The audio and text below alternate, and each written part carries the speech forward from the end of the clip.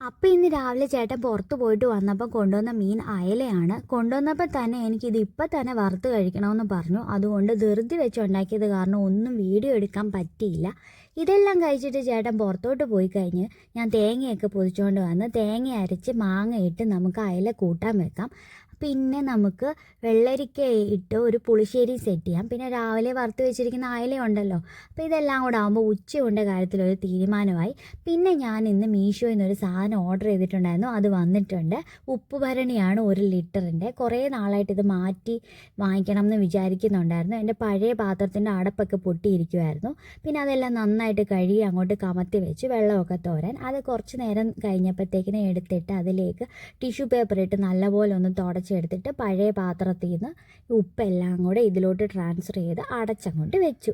അപ്പോൾ ഇന്ന് ഇത്രയേ ഉള്ളൂ എൻ്റെ വിശേഷങ്ങൾ. ബാക്കി വിശേഷങ്ങൾ നാളെ പറയാം.